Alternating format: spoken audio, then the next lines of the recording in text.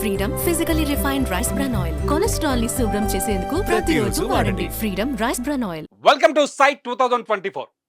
సిక్కోలు జిల్లా రాజకీయమంతా ఒక ఎత్తు అయితే పలాస సెగ్మెంట్స్ పాలిటిక్స్ మరో ఎత్తు.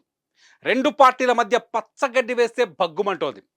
మొదటి నుంచి ఇక్కడ సవాళ్ళు ప్రతి సవాళ్ళు కొనసాగుతూనే ఉన్నాయి.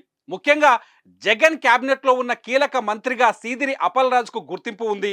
టీడీపీ నుంచి పోటీ చేస్తున్న గౌతు వారసురాలు శిరీష ఈసారి సీదిరితో తలబడబోతోంది మరోసారి. ఇంతకీ పలాసలో గెలుపవరిది, గెలిచేది ఎవరు?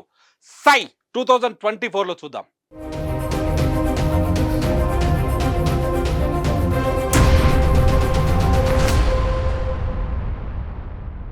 ఇప్పటి వరకు అందుబాటులో ఉన్న సమాచారం ప్రకారం పలాస నియోజకవర్గంలో మొత్తం 2,18,292 ఓట్లున్నాయి. అందులో పురుష ఓటర్లు 1,09,013గా ఉంటే మహిళా ఓటర్లు 1,09,232గా ఉన్నారు. ఇక్కడ ట్రాన్స్జెండర్స్కు 47 ఓట్లున్నాయి. జీడిపప్పు పంటకు ప్రసిద్ధిగాంచింది పలాస. పలాస కాశీబుగ్గా జంట పట్టణాల్లో కార్మికులు వ్యాపారులే ఎక్కువగా కనిపిస్తారు. శ్రీకాకుళం జిల్లాలోనే అతిపెద్ద వాణిజ్య కేంద్రం పలాస. పలాస పరిధిలో పలాసతో పాటు మందస, వజ్రపు కొత్తూరు మండలాలున్నాయి. వీరిలో మత్స్యకార సామాజిక ఓటర్లే ఎక్కువ.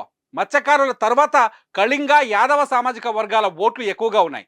మత్స్యకారుల ఓట్లు ప్రభుత్వ సానుకూల ఓట్లు తనను గెలిపిస్తాయని మంత్రి అప్పలరాజు, ప్రభుత్వ వ్యతిరేక ఓటు టీడీపీ ఓటు బ్యాంకుతో తనదే విజయమంటున్నారు గౌతు శిరీష. మరి ఈ ఇద్దరిలో ఎవరి నమ్మకం నిజమవుతుందనేది ఉత్కంఠ రేపుతోంది. ఇంతకీ 2019లో ఏం జరిగిందో ఒకసారి చూద్దాం. 2019లో సీదిరి అప్పలరాజు ఇక్కడ 16,247 ఓట్ల మెజార్టీతో గెలిచారు. ఆయనకు మొత్తం 76,603 ఓట్లు పడ్డాయి. అంటే 51.9% ఓట్లు. ప్రత్యర్థిగా టీడీపీ అభ్యర్థి గౌతు శిరీషనే పోటీ చేశారు 2019లో కూడా. శిరీషకు 60,356 ఓట్లు పడ్డాయి. మొత్తం ఓట్లలో 40.9% ఓట్లు అన్నమాట. ఇక్కడ 2019లో జనసేన కూడా పోటీ చేసింది. జనసేన అభ్యర్థి కొత్త పూర్ణచంద్రరావుకు ఇక్కడ 6,133 ఓట్లు పడ్డాయి. మొత్తం ఓట్లలో ఇవి 4.2% ఓట్లు. గౌతు శిరీషకు రాజకీయ వారసత్వం ఉంది. గౌతు లచ్చన్న, గౌతు శివాజీల రాజకీయ వారసురాలిగా ఆమె ప్రజల్లో ఉన్నారు. అయితే సీదిరి అప్పలరాజు తొలిసారి ఇక్కడ నుంచి 2019లో పోటీ చేసి మంచి మెజారిటీతో గెలిచారు. అంతేకాదు తొలిసారి గెలుపుతోనే జగన్ కేబినెట్లో మంత్రి స్థానాన్ని కొట్టేశారు. మరి 2024లో ఇక్కడ ఏం జరుగుతుందో ఓసారి చూద్దాం. ఈసారి కూడా పలాసలో టఫ్ ఫైట్ జరగబోతోందని తెలుస్తోంది. వైసీపీ నుంచి మంత్రి సీదిరి అప్పలరాజుకే అవకాశం దక్కింది. మళ్ళీ ఆయనే పోటీ చేస్తున్నారు. గౌతు కుటుంబం కంచుకోటను బద్దలు కొట్టిన సీదిరి అప్పలరాజు ఎమ్మెల్యేగా గెలిచిన తొలిసారే సీఎం జగన్ క్యాబినెట్లో మంత్రిగా ఛాన్స్ కొట్టేశారు.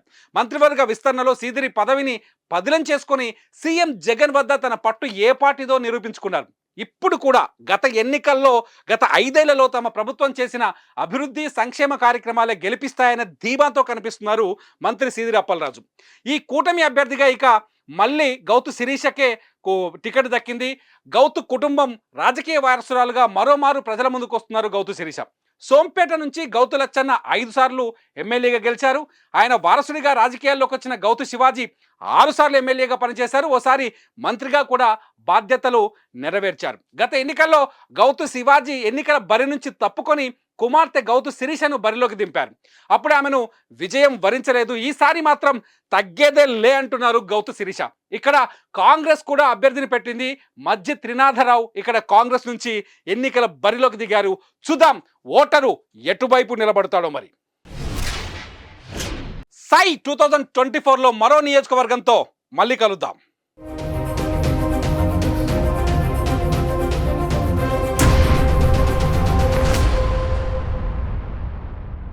సుమన్ టీవీలో మీ పర్సనల్ అండ్ బిజినెస్ ప్రమోషన్స్ కోసం కింది నెంబర్కి కాంటాక్ట్ చేయండి.